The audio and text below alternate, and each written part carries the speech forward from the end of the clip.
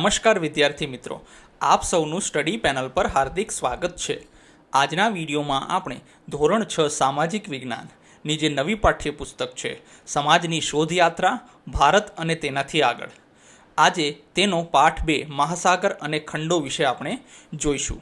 જુઓ વિદ્યાર્થી મિત્રો, તમારે આ પાઠનું સંપૂર્ણ સોલ્યુશન જોતું હોય તો તમે અમારી ડિસ્ક્રિપ્શન બોક્સમાં જે ટેલિગ્રામ ચેનલની લિંક આપેલ છે તેને જોઈન કરીને ત્યાંથી મેળવી શકો છો। જો તમે પાઠ 1નો વિડીયો ન જોયો હોય તો અહીંયા લિંક ઉપર ક્લિક કરીને તમે પાઠ 1નો વિડીયો જોઈ શકો છો। ચાલો, મહાસાગરો અને ખંડો પ્રકરણ 2। મહાસાગર સર્વસ્વ છે, તે પૃથ્વીના 7/10 ભાગ પર ફેલાયેલો છે। તેની હવા શુદ્ધ અને આરોગ્યદાયી છે। તે એક વિશાળ નિર્જન સ્થળ છે જ્યાં માનવી ક્યારેય એકલતા ન અનુભવી શકે, કારણ કે અહીં તે જીવનને પોતાની આસપાસ અનુભવે છે। જુઓ, મહાસાગર જે છે ને તે સર્વસ્વ છે। કેમ કે પૃથ્વીના જે તમે જોવા જાઓ ને તો પૃથ્વીના ટોટલ 100 ભાગમાંથી 70% ભાગ પાણીનો છે અને તે મહાસાગરનો બનેલો છે। એટલે 10માંથી 7 ભાગ જે છે તે પૃથ્વી પર મહાસાગર દ્વારા ઢંકાયેલો છે। બીજું કે આ વિશાળ નિર્જન સ્થળ છે। નિર્જન સ્થળ મતલબ તમે મહાસાગરની વચ્ચોવચ્ચ જો તમારી નાવડી કે હોડી લઈને ઊભા હોય તો તમને ત્યાં આસપાસ કોઈ જ બીજી અન્ય વસ્તુ દેખાશે નહીં। એટલે તે શું છે? નિર્જન છે। તમને ત્યાં કોઈ બીજી વ્યક્તિ દેખાશે નહીં। પણ હા, સાથે એવું પણ કીધું છે તેની હવા કેવી છે? શુદ્ધ અને આરોગ્યદાયી છે, અને માનવી ક્યારેય તેની સાથે રહીને એકલતા અનુભવતો નથી, કારણ કે અહીં તે જીવનને પોતાની આસપાસ અનુભવે છે। જુઓ, મહાસાગરનું પણ પોતાનું અંદર જીવન હોય છે, પ્રાણી સૃષ્ટિ હોય છે, તો એ પણ એની સાથે જ હોય છે। મહાસાગર કુદરતનો વિશાળ ખજાનો છે। બીજા શબ્દોમાં કહીએ તો દુનિયાનો આરંભ મહાસાગરોમાંથી થયો છે, અને કોણ જાણે છે કે તેનો અંત પણ એવી જ રીતે થાય। જુલ્સ વર્ને 1870। જુઓ, હવે જુલ્સ વર્ને ભાઈ એવું કહે છે, શું કહે છે કે મહાસાગર જે છે તે કુદરતનો વિશાળ ખજાનો છે। આપણે જે આ કહેવાય ને કે આ તેલ ને એ બધું કાઢીએ છીએ, મતલબ પેટ્રોલ ને ડીઝલ ને આ બધી વસ્તુ જે કાઢીએ છીએ તે મહાસાગરના વિશાળ ભંડારમાંથી તો કાઢીએ છીએ।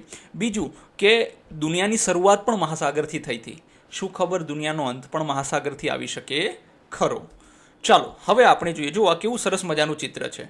અવકાશમાંથી પૃથ્વીનું દ્રશ્ય, લુનર રિકોનિસેન્સ ઓર્બિટર દ્વારા લીધેલો ફોટો।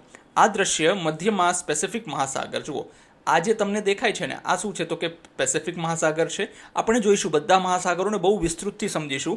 એક વસ્તુની હું તમને ગેરંટી આપું છું વિદ્યાર્થી મિત્રો કે આ પાઠ પૂરો થતાં તમે મહાસાગરો પૃથ્વી પર ક્યાં ક્યાં આવેલા છે, મતલબ નકશામાં તેને ઓળખવામાં, અને ખંડો કયા કયા છે, કેટલા છે, સૌથી નાનો ખંડ કયો અને સૌથી મોટો ખંડ કયો, નામ સાથે તમે બધું યાદ રાખી લેશો।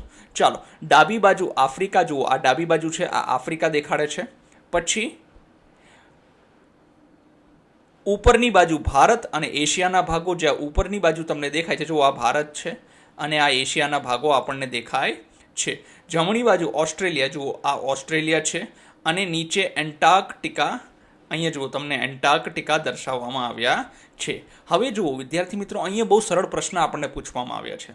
આના પ્રશ્નો તમને કદાચ ખબર ના પણ હોઈ શકે જવાબ, કેમ કે આના વિશે આપણે ભણવાના છીએ। ચાલો જોઈએ સૌ પ્રથમ પ્રશ્ન, મહાસાગર અને ખંડો શું છે, તેમના નામ શું છે અને તેમનું વિતરણ કેવી રીતે થાય છે? તો જુઓ, મહાસાગર શું છે તો કે પૃથ્વીની સપાટી પરના વિશાળ જળરાશિ ધરાવતા ભાગોને મહાસાગર તરીકે ઓળખવામાં આવે છે। પૃથ્વી પર મુખ્યત્વે 4 મહાસાગરો છે। જો મુખ્યત્વે કીધું છે, પણ આપણે આ પાઠની અંદર 5 ભણવાના છે, બરાબર છે? પહેલાં આ 5મો નહોતો, હવે 5મો ઉમેરાઈ ગયો છે, તો 4 હતા। તો કયા 4 છે? પહેલો છે પેસિફિક મહાસાગર, જે સૌથી મોટો અને ઊંડો, બીજો એટલાન્ટિક મહાસાગર, ત્રીજો હિન્દ મહાસાગર, અને ચોથો આર્કટિક મહાસાગર। આ રીતે 4 મહાસાગરો આપણને યાદ છે, પણ હકીકતમાં 5 છે। આપણે 5નો અભ્યાસ કરીશું। ખંડો, પૃથ્વીની સપાટી પરના વિશાળ ભાગોને ખંડ કહેવામાં આવે છે। પૃથ્વી પર કુલ 7 ખંડો છે। જુઓ, જે જમીનનો બહુ જ વિશાળ ભાગ હોય છે ને એને ખંડ તરીકે ઓળખવામાં આવે છે। ખંડ એટલે એક પ્રકારનો વિભાગ। એવા પૃથ્વીની જે જમીની વિસ્તાર છે ને, જમીની ભાગને 7 અલગ અલગ ભાગોમાં વિભાજિત કરવામાં આવી છે। બીજું કયા કયા છે તો કે સૌથી મોટો એશિયા, આફ્રિકા, ઉત્તર અમેરિકા, દક્ષિણ અમેરિકા, એન્ટાર્કટિકા, યુરોપ અને ઓસ્ટ્રેલિયા। આવી રીતે 7 ખંડો છે। પછી તો કે હવે તેમનું વિતરણ કઈ રીતે કરવામાં આવ્યું છે, તો કે પૃથ્વીની સપાટીના કુલ ક્ષેત્રફળના લગભગ 71% ભાગ શું છે, તો કે મહાસાગરો છે, અને 29% ભાગ જમીન પર આવેલી છે. જુઓ, આપણે આગળ જે પૃથ્વીનું ચિત્ર જોયું એના ઉપર સ્પષ્ટ રીતે જોયું કે મોટા ભાગનું દૂધિયા કલર જ દેખાતો હતો, એટલે પાણીનો કલર દેખાતો હતો. તો 71% ભાગ એમાં શું છે, પૃથ્વીની સપાટી પર પાણી છે, અને 29% ભાગ ઉપર શું આવેલી છે, તો કે જમીન આવેલી છે. ઉત્તર ગોળાર્ધમાં જમીનનું પ્રમાણ વધુ છે. જો પૃથ્વીને આપણે આના પ્રથમ ચેપ્ટરમાં જો તમે ધ્યાનથી જોયું હશે તો તમને ખબર હશે કે પૃથ્વીને જે છે તે 2 ગોળાર્ધમાં આપણે વિભાજિત કરી છે, ઉત્તર ગોળાર્ધ અને દક્ષિણ ગોળાર્ધ. ઉત્તર ગોળાર્ધ એટલે ઉપરનો ગોળાર્ધ, ઉપરના ભાગમાં ઉપરનો જે અડધો ગોળો છે તેની અંદર જમીનનું પ્રમાણ વધારે છે, જ્યારે દક્ષિણ ગોળાર્ધમાં પાણીનું પ્રમાણ વધારે જોવા મળે છે. ચાલો જુઓ, હવે આપણે ધ્યાનથી આને જોઈ લઈએ. તમે જોશો ને, જો આ 7 ખંડો છે: Asia, Europe, Africa, north America, south America અને ઓસ્ટ્રેલિયા. બરાબર છે? 1 2 3 4 5 6. જો, અને આ એન્ટાર્કટિકા. આવી રીતે 7 ખંડો આવેલા છે. અને મુખ્યત્વે તમે જોવા જશો ને તો આપણે આ પ્રકરણની અંદર 5 મહાસાગરો ભણવાના છીએ, પણ આની અંદર આપણને 4 કીધા છે. જો, એક તો પેસિફિક મહાસાગર, પછી એટલાન્ટિક મહાસાગર, હિન્દ મહાસાગર, અને આ પણ પેસિફિક મહાસાગર છે. કઈ રીતે? કેમ કે જો પૃથ્વી છે ને, આ બાજુનો ભાગ અને આ બાજુનો બંને પેસિફિક મહાસાગર છે. તો કે એવું કેમ? કેમ કે પૃથ્વી ગોળ છે, તો આ ભાગ આમ ફરવા જશે તો આને ટચ થઈ જશે, એટલે આ બંને પેસિફિક મહાસાગર છે. અને દક્ષિણી સાગર જે છે, અહીંયા જે આસપાસ જે સાગર આવેલો છે એન્ટાર્કટિકાની આસપાસ, એને દક્ષિણી સાગર કહીએ છીએ. અને અહીંયા જે છે તેને શું કહેવાય છે, તો કે એને આર્કટિક મહાસાગર તરીકે પણ ઓળખવામાં આવે છે. તો આ રીતે જોવા જઈએ ને તો ઘણા બધા અલગ અલગ નામો પાડેલા છે, પણ મુખ્યત્વે આપણે કહેવાય ને કે આની અંદર 5 થી 6 મહાસાગરોનો વ્યવસ્થિત અભ્યાસ કરીશું, તે આપણે બધી જ વસ્તુ જોઈશું. ચાલો, મહાસાગર અને ખંડો પૃથ્વી પરના જીવનને, જેમાં માનવ જીવન પણ સમાવિષ્ટ છે, તેને કેવી રીતે પ્રભાવિત કરે છે. જુઓ, મહાસાગર અને ખંડો જે છે, મતલબ ખંડો એટલે જો આ જમીનને જો અલગ અલગ રીતે દેખાય છે, તમને વિભાજિત કરવામાં આવી છે, તો આ ખંડ છે બધાય. બરાબર છે? આ મહાસાગરો અને ખંડો પૃથ્વી પરના જીવનને કઈ રીતે પ્રભાવિત કરે છે તેના વિશે આપણે જોઈશું. મહાસાગરો અને ખંડો માનવ જીવન અને સમગ્ર જીવસૃષ્ટિ પર ઊંડી અસર કરે છે. કઈ રીતે? તો કે સૌથી પહેલાં તો આબોહવાનું નિયમન. મહાસાગરો પૃથ્વીના તાપમાનને સંતુલિત રાખે છે અને તે ભેજવાળા પવનો દ્વારા વરસાદ લાવવામાં મુખ્ય ભૂમિકા ભજવે છે, જે ખેતી અને જીવન માટે અનિવાર્ય છે. જુઓ, મહાસાગરો જે છે તો પૃથ્વીનું તાપમાન કેવું રાખે છે? સંતુલિત રાખે છે. તાપમાનને બહુ વધવા દે નહીં. તમને જો કદાચ ધ્યાન હશે તો તમારા વિષય શિક્ષકે કીધું હશે, સાહેબે કીધું હશે, શું કીધું હશે કે દરિયાકાંઠે જે છે ને, તડકો પણ બહુ નથી પડતો અને ઠંડી પણ બહુ નથી પડતી. કારણ કે આબોહવાનું નિયમન ત્યાં દરિયાના જે પાણી છે તેના દ્વારા થાય છે. બીજું, ભેજવાળા પવનો, જે દરિયા ઉપરથી ભેજવાળા પવનો આવતા હોય છે, તે આપણને વરસાદ લાવવામાં મુખ્ય ભૂમિકા ભજવે છે. અને વરસાદ સારો હોય તો ખેતી અને જીવન પણ શું છે? વ્યવસ્થિત રીતે ચાલે છે. પછી ખોરાક અને સંસાધનો. હવે જુઓ, મહાસાગરમાંથી આપણને છે ને માછલીઓ અને અન્ય દરિયાઈ ખોરાક મળે છે. જુઓ, આપણે તો ગુજરાતીઓ છીએ, ગુજરાતમાં એટલી બધી માછલીઓનો એનો મતલબ આપણે પોતે એનો ખાવા માટે ઉપયોગ નથી કરતા, પણ હા, આપણે ગુજરાતમાં ખૂબ જ માછીમારી કરે છે. જે દરિયાકાંઠાનો જેટલો પણ વિસ્તાર છે બધા માછીમારી કરે છે અને દરિયાઈ ખોરાક મેળવે છે, અને ભારતના અલગ અલગ પ્રદેશોમાં એને મોકલવામાં આવે છે. બીજું, ખંડો પરની જમીન આપણને અનાજ, ફળો, શાકભાજી પૂરા પાડે છે. હવે જો, મહાસાગરો તો આપણને શું કહે છે કે દરિયાઈ પ્રાણીઓ, મતલબ દરિયાઈ ખોરાક જે છે તે મળે છે. બીજું, ખંડ ઉપરથી શું મળે છે? તો કે જમીન ઉપરથી આપણને અનાજ, ફળ અને શાકભાજી મળતા હોય છે. પછી આ ઉપરાંત આપણને કહેવાય ને કે ખનિજ તેલ અને કુદરતી વાયુ પણ આ સ્ત્રોતમાંથી મળે છે. મતલબ ખંડ અને મહાસાગરમાંથી આપણને ખનિજ તેલ અને કુદરતી વાયુ પણ મળે છે. પછી તો કે પરિવહન અને વ્યાપાર. જુઓ, મહાસાગર જે છે આંતરરાષ્ટ્રીય વ્યાપાર માટે સૌથી સસ્તા જળમાર્ગો પૂરા પાડે છે. કેમ? એક મોટું બધું જહાજ જે છે, તમે ધ્યાનથી જોશો ને તમને દેખાશે કે એક મોટું બધું જહાજ જે છે, તમે ઘણી વખત ટીવીમાં ત્યાં જોયું હશે કે એ જે છે તે સૌથી સસ્તા જળમાર્ગો છે. કેમ? કેમ કે એમાં છે ને એક વખત ધક્કો મારી દીધો, હલેસો મારી દીધો, તો મોટા ભાગે જે છે બહુ ઓછા ઈંધણનો ઉપયોગ કરીને તમે લાંબી મુસાફરી કરી શકો છો, અને એક સાથે કેટલો બધો સામાન એક દેશમાંથી બીજા દેશમાં તમે પહોંચાડી શકો છો. ખંડો પર રસ્તાઓ અને રેલવે દ્વારા વાહન વ્યવહાર શક્ય બને છે. અને જે ખંડ છે ત્યાં આપણે કઈ રીતે વાહન વ્યવહાર શક્ય બને છે? તો કે ત્યાં કહેવાય ને કે રેલવે અને રસ્તાઓ દ્વારા વાહન વ્યવહાર શક્ય બને છે. પછી નિવાસસ્થાન. જુઓ, સાતેય ખંડોમાં અલગ અલગ પ્રકારની સંસ્કૃતિ છે, પ્રાણીઓ છે અને વનસ્પતિઓનું રહેઠાણ પૂરું પાડે છે. જમીનની ફળદ્રુપતા અને પાણીની પ્રાપ્યતા માનવ વસવાટના કેન્દ્રો નક્કી કરે છે. તમે જોજો, ધ્યાનથી જોયું હોય તો વિદ્યાર્થી મિત્રો, દરેક મોટું શહેર જે છે ને તે હંમેશા નદી કિનારે વસેલું હશે. રાજકોટ તો કે આજી નદીના કિનારે, અમદાવાદ સાબરમતીના કિનારે, વલસાડ ઔરંગા નદીના કિનારે, ગાંધીનગર સાબરમતીના કિનારે. આવી રીતે જે છે તે બધા શહેરો નદી કિનારે વસેલા છે. કેમ નદી કિનારે વસેલા છે? એનું સૌથી મોટું કારણ છે કે પાણી જે છે તે મૂળભૂત જરૂરિયાત છે. એના વગર નથી તમે ખેતી કરી શકતા, નથી કોઈ બીજી વસ્તુ કરી શકતા. હવે આપણે પૃથ્વીના ગોળાને જોઈએ અને ધીમે ધીમે ફેરવીએ. તમે ચંદ્ર પરથી લેવાયેલા પૃથ્વીના ફોટા પણ જોઈ શકો છો. તમને સૌથી વધુ કયો રંગ દેખાય છે? ચોક્કસપણે વાદળી. પરંતુ તે શું દર્શાવે છે? જુઓ, આપણે પૃથ્વીના જે ફોટા જોયા એની અંદર આપણે સ્પષ્ટ રીતે જોયું કે વાદળી રંગ સૌથી વધારે છે. તો આ શું દેખાડે છે? તો કે આ પાણી દેખાડે છે. તેનો અર્થ એ થાય કે પૃથ્વીની મોટાભાગની સપાટી પાણીથી ઘેરાયેલી છે. મતલબ મોટાભાગનો પૃથ્વીનો જે છે એ શેનાથી ઘેરાયેલો છે? તો કે પાણીથી ઘેરાયેલો છે. હકીકતમાં પૃથ્વીનો 3/4 ભાગ પાણીથી ઘેરાયેલો છે. એટલે એમ કહેવાય કે પૃથ્વીના 75% જગ્યા ઉપર પૃથ્વી ઉપર પાણી આવેલું છે. આ જ કારણે અવકાશમાંથી જોતા તે વાદળી દેખાય છે. એટલે જ પ્રારંભિક અવકાશ યાત્રિકોએ પ્રેમથી પૃથ્વીને વાદળી ગ્રહ તરીકે સંબોધી હતી. જો શરૂઆતમાં જે લોકો અવકાશમાં ગયા એ લોકોએ પૃથ્વીને કયા ગ્રહ તરીકે સંબોધી? તો કે વાદળી ગ્રહ. વાદળી એટલે પાણીનો રંગ છે, જળનો રંગ છે, એટલે વાદળી ગ્રહ તરીકે સંબોધી હતી. જુઓ, આ જ્યાં જ્યાં લંબચોરસ બનાવેલા છે અહીંયા તમે તમારા પાઠ્યપુસ્તકમાં અંડરલાઇન કરતા જાજો, કેમ કે આમાંથી પ્રશ્ન બનવાની શક્યતાઓ છે. પૃથ્વી પર આપણે જે સૌથી મોટા જળ વિસ્તાર જોઈએ છીએ તેને મહાસાગરો કહેવામાં આવે છે. જુઓ, હવે તમને કદાચ એમ પૂછે કે મહાસાગરો એટલે શું? તો કે પૃથ્વી પરના સૌથી મોટા જળ વિસ્તારને મહાસાગરો તરીકે ઓળખવામાં આવે છે. ચિત્ર 2.1માં દર્શાવેલ પૃથ્વીના ચિત્રમાં તમને બીજો એક રંગ બદામી પણ દેખાશે. આ જમીનનો રંગ છે જે પૃથ્વીના લગભગ 1/4 ભાગ પર ફેલાયેલો છે. જુઓ, 3/4 ભાગ છે એ પાણી છે, તો 1/4 ભાગ શું થઈ ગયો? તો કે એ જમીન છે. અને જમીન કેવા રંગની છે? બદામી રંગની છે.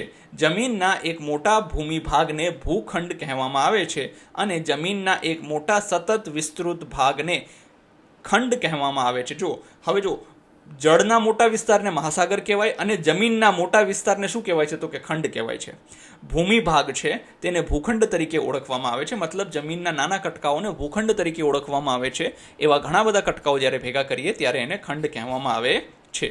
મહાસાગરો અને ખંડો પૃથ્વીની આબોહવાને નિર્ધારણ આપવામાં મહત્વપૂર્ણ ભૂમિકા ભજવે છે. જીવનના તમામ પાસાને અસર કરે છે, જેમાં તમામ વનસ્પતિ, પ્રાણીઓ અને માનવ જીવનનો સમાવેશ થાય છે. આપણે આપણા સમગ્ર ઇતિહાસ, સંસ્કૃતિ અને આપણા દૈનિક જીવનમાં તેની અસર જોઈએ છીએ. જુઓ, એક રીતે જોવા જઈએ ને તો મહાસાગર અને ખંડો ખરેખર પૃથ્વીની આબોહવાને નિર્ધારણ આપવામાં મહત્વપૂર્ણ ભૂમિકા ભજવે છે. મતલબ પૃથ્વીની જે આબોહવા છે, જે વાતાવરણ છે, તે ખંડો અને મહાસાગરો ઉપર આધારિત છે. જો આપણે એને પ્રદૂષિત ન કરીએ તો તે સારું રહેશે, પણ માણસ છે, પ્રદૂષણ વગર થોડું ચાલે. એ દરિયામાં જશે તો દરિયામાં ગંદકી કરીને આવશે, હિમાલયમાં જશે તો હિમાલયમાં ગંદકી કરીને આવશે, અને ચંદ્ર ઉપર જશે તો ચંદ્ર ઉપર પણ એ ગંદકી કરીને આવશે જ. ચૂકશો નહીં. ભારતીય નૌકાદળના પ્રતીક ચિહ્ન પર આદર્શ વાક્ય સમનો વરુણ અંકિત છે, જેનો અર્થ છે, હે વરુણ, અમારા માટે કલ્યાણકારી થાઓ. આ મહાસાગર, આકાશ અને જળ સાથે સંકળાયેલા વૈદિક દેવતા વરુણની સ્તુતિ છે. જુઓ, આ ભારતીય જે નૌકાદળ છે ને એનું પ્રતીક ચિહ્ન છે. જો અહીંયા તેમનું કહેવાય ને કે આદર્શ વાક્ય લખેલું છે. શું? નો વરુણ. મતલબ વરુણ જે છે, જેમને મહાસાગરના દેવતા તરીકે ઓળખવામાં આવે છે, એમની સ્તુતિ કરે છે કે હે મહાસાગરના દેવતા, તમારી કૃપા સદાયને માટે અમારા ઉપર બની રહે. પૃથ્વી પર પાણી અને જમીનનું વિતરણ. જો આ પૃથ્વીના કહેવાય ને કે આ તમે જોવા જશો ને તો આ શું છે? તો કે આ જોવા જઈએ ને ડાબી બાજુ ઉત્તર ધ્રુવ છે અને આ છે દક્ષિણ ધ્રુવ આપણને આપેલા છે. આપણે જાણીએ છીએ કે મહાસાગરો અને ખંડો ઉત્તર અને દક્ષિણ ગોળાર્ધમાં સમાન રૂપે વિતરિત નથી. જો યાદ રાખજો, મહાસાગરો 3/4 ભાગમાં છે અને ખંડો જે છે તે 1/4 ભાગમાં. આ તો એક છે, બરાબર. બીજું શું છે કે ઉત્તર અને દક્ષિણ. જો આ ભાગ ઉત્તર છે અને આ ભાગ દક્ષિણ છે. તમે જો ધ્યાનથી જોશો ને તો ઉત્તર ઉપર તમને શું દેખાશે ખબર છે? જમીન વધારે દેખાય છે. અહીંયા જમીન વધારે છે. હવે આ દક્ષિણ ધ્રુવ છે ને ત્યાં તમને શું દેખાય છે? ત્યાં તમને ખાલી આ એન્ટાર્કટિકા છે, આ ઓસ્ટ્રેલિયા છે. આવી રીતે પાણી બહુ વધારે દેખાય છે. આ દક્ષિણ અમેરિકા છે, આ આફ્રિકા છે અને આસપાસ બધો વિસ્તાર તમને પાણીમાં દેખાય છે. આકૃતિ 2.2માં આપેલા બે ચિત્રો તપાસીએ, જેમાં વાદળી રંગના મહાસાગરો અને બીજા નાના વિસ્તારો પણ દેખાય છે, જે સમુદ્ર, ખાડી, અખાત વગેરે નામે ઓળખાય છે. જુઓ, નાના નાના મહાસાગરો, સમુદ્ર, ખાડી વિશે પણ આપણે જોઈશું. ચાલો શોધીએ. નકશામાં દેખાતી વર્તુળાકાર રેખાઓને શું કહેવામાં આવે છે? અને શું તમે જાણો છો કે બે ધ્રુવોથી નીકળતી રેખાઓને શું કહેવામાં આવે છે? જુઓ વિદ્યાર્થી મિત્રો, આપણે જે પ્રકરણ 1 હતું એ પ્રકરણ 1માં આ બધી વસ્તુ આપણે વ્યવસ્થિત રીતે શીખી જ ગયા છીએ. જો તમે ન જોયું હોય તો તમે તેને જોઈ લેજો, કારણ કે આ બધી વસ્તુ જે છે તે આગળ પણ આપણને કામ આવવાની જ છે. પ્રકરણ 1નું નામ શું હતું? પૃથ્વી પર સ્થાનોની સ્થિતિ. તો ત્યાં આપણે જોયું હતું કે જે આડી રેખાઓ છે, વિષુવવૃત્તને સમાંતર રેખાઓ છે, તેને આપણે અક્ષાંશ કહીએ છીએ. અને બે ધ્રુવોથી, મતલબ આ એક ધ્રુવ, ત્યાંથી નીચેની બાજુનો જે દક્ષિણ ધ્રુવ, ત્યાં જતી રેખાઓને શું કહેવાય છે? તો કે રેખાંશ કહેવાય છે. ચાલો, અક્ષાંશ. નકશામાં દેખાતી આડી વર્તુળાકાર રેખાઓને અક્ષાંશ કહેવામાં આવે છે. પછી રેખાંશ. ઉત્તર અને દક્ષિણ એમ બંને ધ્રુવોને જોડતી ઊભી રેખાઓને રેખાંશ તરીકે, જો આ ઊભી રેખા દેખાય છે તમને, આ બધી રેખાઓ જે છે ને તે શું છે? રેખાંશ છે. પછી જો આ વર્તુળાકાર રેખા છે આડી, આ વર્તુળાકાર રેખા છે તેને શું કહીએ છીએ? તો કે તેને અક્ષાંશ કહીએ છીએ. આ બધી વર્તુળાકાર રેખાઓને અક્ષાંશ કહેવાય છે. કયા ગોળાર્ધમાં વિસ્તૃત જળ રાશિ છે? જુઓ, આ બંને ગોળાર્ધ છે. તમે જોશો, આ ડાબે ઉત્તર ધ્રુવ આપેલો છે ને જમણે શું આપેલો છે? તો કે દક્ષિણ ધ્રુવ. બરાબર છે. તો તમે જોશો ને તો અહીંયા જમીન વધારે છે.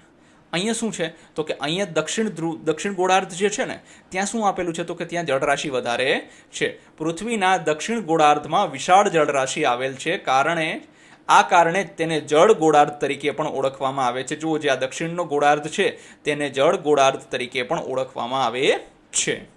પછી તમારા મતે ઉત્તર અને દક્ષિણ ગોળાર્ધમાં પાણીનું પ્રમાણ કેટલું હોઈ શકે તેની સમૂહમાં ચર્ચા કરો. જુઓ, આ તમારે ચર્ચા કરવાની છે. મતલબ અહીંયા આટલું છે તો ત્યાં કેટલું છે?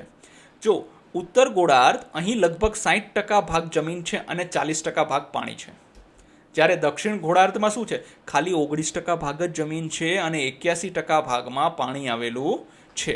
આ તમને છે ને ફેક્ટ બેઝ ડેટા છે. ફેક્ટ મતલબ હકીકતવાળા ડેટા છે. જો કે આને યાદ નથી રાખવાના, કેમ કે આવી વસ્તુ પરીક્ષામાં પૂછાઈ શકે નહીં. ખાલી ચર્ચા કરવાનો વિષય હતો, પણ ચર્ચાના અંતે આપણે કોઈ તારણ ઉપર ઉતરવું પડે એટલે તમને અહીં જવાબ આપ્યા છે.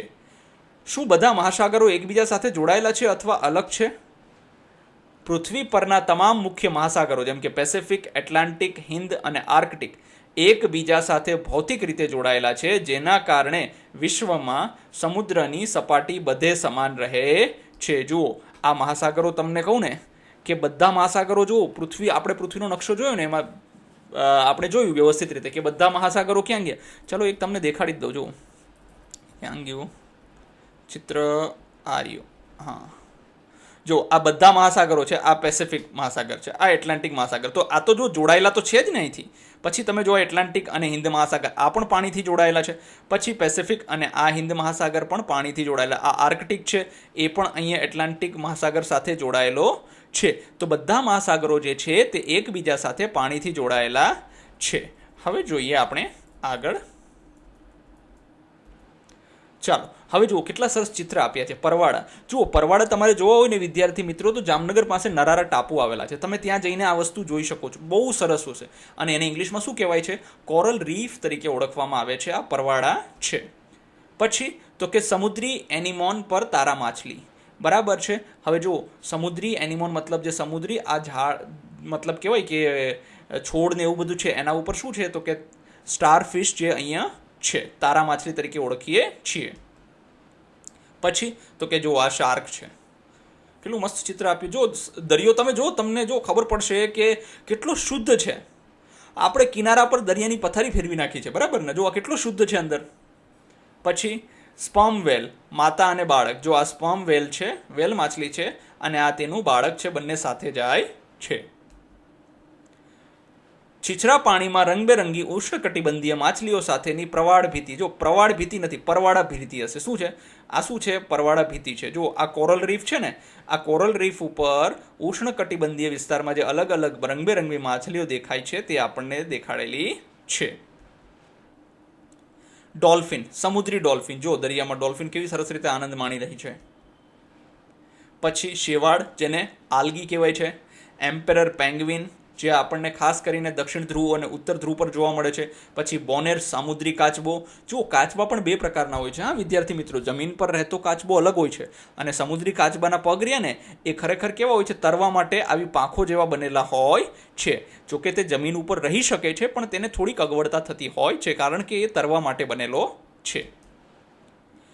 પૃથ્વી પર ઉપલબ્ધ પાણીનો મોટો ભાગ મહાસાગરોમાં છે, પરંતુ આ પાણી ખારું છે, જેથી માનવ સહિત જમીન પરના મોટા ભાગના પ્રાણીઓ માટે તે વપરાશ કે ઉપયોગમાં લઈ શકાય તેવું નથી. જો મોટા ભાગનો જથ્થો, જો હવે આપણને એમ થશે કે ભાઈ પાણી આટલું બધું છે તો લોકો આપણને કેમ એમ કહે છે પાણી બચાવો પાણી બચાવો.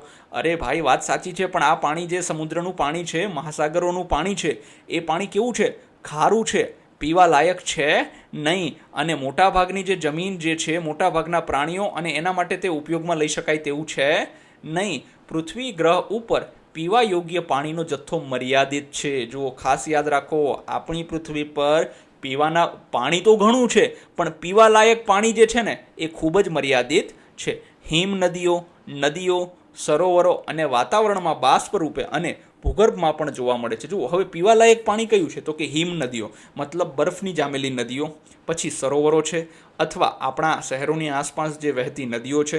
બીજું વાતાવરણમાં બાષ્પ રૂપે, જુઓ આપણે અત્યારે વર્ગખંડમાં બેઠા છીએ ને તો આપણી આસપાસ પણ કે ઘરે બેઠા છીએ તો આપણી આસપાસ પણ એક વાતાવરણ છે, એમાં બાષ્પ સ્વરૂપે જે પાણી છે ને તે પાણી કેવું છે, શુદ્ધ છે, મતલબ પીવા લાયક છે. ભૂગર્ભ એટલે કહેવાય ને કે જમીનની અંદર આપણે બોરવેલ અથવા તો મોટર મૂકીને ડંકી મૂકીને જે પાણી મેળવીએ છીએ તેને ભૂગર્ભ જળ કહેવામાં આવે છે.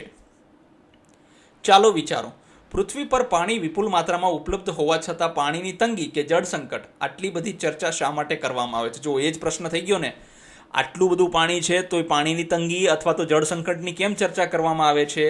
પરંતુ તેમ છતાં કેમ તો કે સૌથી પહેલું પીવા લાયક પાણીની અછત. જે મહાસાગરોનું પાણી જે છે તે પીવા લાયક છે નહીં. પૃથ્વી પરના કુલ પાણીના 97% ભાગમાં મહાસાગરોનું ખારું પાણી છે. જુઓ પૃથ્વી પર જેટલું પણ પાણી છે ને એમાંનું 97% ભાગમાં જે મહાસાગરોનું કેવું પાણી છે તો કે ખારું પાણી છે, જે પીવા કે ખેતી માટે ઉપયોગી નથી, મતલબ એ પાણીનો કોઈ જ ઉપયોગ છે નહીં. પછી તો કે હિમ સ્વરૂપે પાણી. હવે બાકીનું જે પાણી છે, બાકી રહેલા 3%, જો 97% તો આ થઈ ગયા મહાસાગરોનું પાણી, હવે બાકીના 3% છે તો કે શું છે તો કે મીઠા પાણીના મોટો ભાગ હિમ નદીઓ અને ધ્રુવીય પ્રદેશોમાં બરફ સ્વરૂપે જામી ગયેલો છે. હવે જે વધારાનું 3% જે પાણી જે છે તે મોટાભાગે હિમ નદીઓ અને કઈ જગ્યાએ ધ્રુવીય પ્રદેશ મતલબ ઉત્તર ધ્રુવ અને દક્ષિણ ધ્રુવમાં બરફ સ્વરૂપે જામી ગયેલો છે. એ શક્ય નથી કે ત્યાંથી પાણી લઈ આવવું. પછી તો કે પ્રદૂષણ. હવે આપણે જે શહેરોમાં નદીઓ વહે છે, તમને ખબર હશે નદીઓ અને ભૂગર્ભ જળમાં વધતું જતું પ્રદૂષણ વાપરવા લાયક પાણીને ઓછું કરી રહ્યું છે. હવે નદીઓમાં મતલબ આપણે એમ કહેવાય ને કે તળાવને કિનારે ભેંસો નવરાવશે, અરે ભાઈ આનાથી પાણીનું પ્રદૂષણ થાય છે. હા, તમે એક કામ કરી શકો છો, તળાવની આસપાસ થોડા દૂરથી પાણી ભરીને તમારી ભેંસોને કે ગાયોને તમે કહેવાય ને કે નવડાવી શકો છો, પણ તેને તળાવની અંદર નાખી દેવી કે તળાવના કિનારે કપડાં ધોવા, આ ખરેખર પાણીનું પ્રદૂષણ વધારે છે. અને એક તો પીવાલાયક પાણી છે ને ઉપરથી આપણે આવું પ્રદૂષણ કરીએ છીએ. પછી વધતી જતી વસ્તી. જુઓ હવે વસ્તી એટલી બધી ભારતની વધે છે કે વાત જ રહેવા દો. હવે એની અંદર જેમ માણસો વધશે તેમ પાણીની જરૂરિયાત પણ શું થવાની છે, દિવસે ને દિવસે વધતી જવાની છે. પણ પાણીના જે સ્ત્રોત છે એ કેવા છે, મર્યાદિત છે, ઓછા છે, એટલે એ તો જેટલા છે એટલા જ રહેવાના છે. તમે પાણી બચાવવાની કઈ રીતો જાણો છો? તેમાંથી કઈ રીતોનો ઉપયોગ તમારા ઘર, શાળા, ગામ, નગર કે શહેરોમાં થતો જોવા મળ્યો છે? જુઓ હવે આપણને એમ કહે છે કે પાણી બચાવવા માટેની કઈ પદ્ધતિઓ છે અને આમાંથી કઈ પદ્ધતિનો ઉપયોગ આપણે ઘર, શાળા, ગામ કે નગરમાં કરીએ છીએ. ચાલો જોઈ લઈએ. વરસાદી જળ સંચય. વરસાદના પાણીને ટાંકી કે બોરવેલ દ્વારા જમીનમાં ઉતારીને સંગ્રહ કરવો. જુઓ વરસાદનું પાણી વહી જવા દેવાય નહીં. ઘણા વિદ્યાર્થી મિત્રો એમ કહેતા હોય તો સર શું અહીંયા તપેલા મૂકવા? અરે ભાઈ તપેલા ના મુકાય, પણ તમારા ધાબા ઉપરથી જે પાણી આવતું હોય ને એ પાણીનું એક કનેક્શન તમારો જે બોરવેલ હોય ને ઘરની અંદર, બોરવેલ હોય અથવા તો ડંકી હોય એની અંદર એને નાખી દેવું જોઈએ, જેથી કરીને એ જળ સંચય થઈ જાય, આપણે એ પાણીનો ઉપયોગ કરી શકીએ. પછી તો કે ટપક સિંચાઈ પદ્ધતિ. જો વિદ્યાર્થી મિત્રો આપણે શું કરીએ છીએ કે ખેતી બધા કરીએ છીએ, બરાબર છે, તો ખેતીની અંદર લગભગ ગામડાઓમાં આપણે શું હોય છે, ધોરિયા પદ્ધતિ હોય છે. તો ધોરિયા પદ્ધતિની જગ્યાએ જો આપણે ટપક સિંચાઈ પદ્ધતિનો ઉપયોગ કરીશું તો સરળતાથી શું થશે, પાણીની ખૂબ જ બચત થઈ શકે છે. પછી કરો કરકસરયુક્ત ઉપયોગ, મતલબ બ્રશ કરતી વખતે નળ બંધ રાખવાનો, ડોલથી સ્નાન કરવું. જો ઘણા બાળકોને એવી ટેવ, મતલબ એવી ઈચ્છા થતી હોય છે કે આપણે ફુવારા નીચે નાહીએ. અરે ભાઈ, ફુવારા નીચે નાહવાથી પાણી કેટલું બગડે છે ખબર છે? કપડાને વાસણ ધોવામાં ઓછા પાણીનો, મર્યાદિત પાણીનો આપણે ઉપયોગ કરવો જોઈએ. પછી પાણીનો પુનઃ ઉપયોગ. જો એક વખત વપરાઈ ગયા પછી પાણીનો પુનઃ ઉપયોગ કઈ રીતે થઈ શકે? તો કે આરો મશીનમાંથી નીકળતા નકામા પાણીના ઉપયોગ છોડને પાવામાં કે સફાઈમાં કરવો જોઈએ, જે ઘરોમાં જોવા મળે છે. જુઓ, અત્યારે મોટા ભાગના, તમારી શાળામાં પણ તમારે આરો મશીન હશે. મોટા ભાગના વિદ્યાર્થીઓના ઘરમાં તમે જોશો ને તો આરો મશીન તમને જોવા મળશે. હવે 1 લીટર પાણી બનાવવા માટે, મતલબ પીવાલાયક આરોમાંથી પાણી બનાવવા માટે તમે 3 લીટર પાણીનો બગાડ કરો છો. હવે એ 3 લીટર પાણીનો આપણે કોઈ ઉપયોગ નથી કરતા, એને ગટરમાં જવા દઈએ છીએ. હકીકતમાં એ પાણીનો આપણે ઉપયોગ કરવો જોઈએ. એને શેમાં? છોડને પીવડાવવામાં અથવા તો સફાઈ કરવામાં તેનો ઉપયોગ કરી શકાય ખરો. પછી જાગૃતિ અભિયાન. પછી બીજું શું કરાય? તો કે હવે આપણે શાળાઓમાં પાણી બચાવવા માટે વિવિધ સ્પર્ધાઓ, પોસ્ટરો દ્વારા બાળકોને જાગૃત કરવા જોઈએ. હવે જોઈએ આપણે મહાસાગરો. ખૂબ જ અગત્યનું. જોજો, આકૃતિ 2.3 પાના નંબર 32. જો આ આકૃતિ 2.3 પાના નંબર 32 છે. 5 મહાસાગરો છે. હવે આ 5 મહાસાગરો ક્યાં છે? તો કે પહેલો છે પેસિફિક મહાસાગર. જુઓ, આ પેસિફિક મહાસાગર આ બાજુ છે અને આ બાજુ છે. કેમ? પૃથ્વી ગોળ છે એટલે આ બંને બાજુ કિનારે પેસિફિક મહાસાગર છે. પછી શું છે? તો કે એટલાન્ટિક મહાસાગર. જુઓ, આ એસ આકારનો છે. જુઓ, એસ દેખાણો તમને? જુઓ, હજી હું ફરતીને બનાવું, ધ્યાનથી જોજો. જુઓ, એસ આકારનો છે, એ એટલાન્ટિક મહાસાગર છે. પછી જુઓ, આ હિન્દ મહાસાગર છે. પછી અહીંયા ઉપર તમે જોશો તો ખબર પડશે આપણને આર્કટિક મહાસાગર છે. અને નીચે દક્ષિણી સાગર અથવા તો જેને સધન ઓશન તરીકે પણ ઓળખવામાં આવે છે. જુઓ, આટલો ભાગ છે, દેખાય છે ને તમને? આ આખો દક્ષિણી મહાસાગર છે.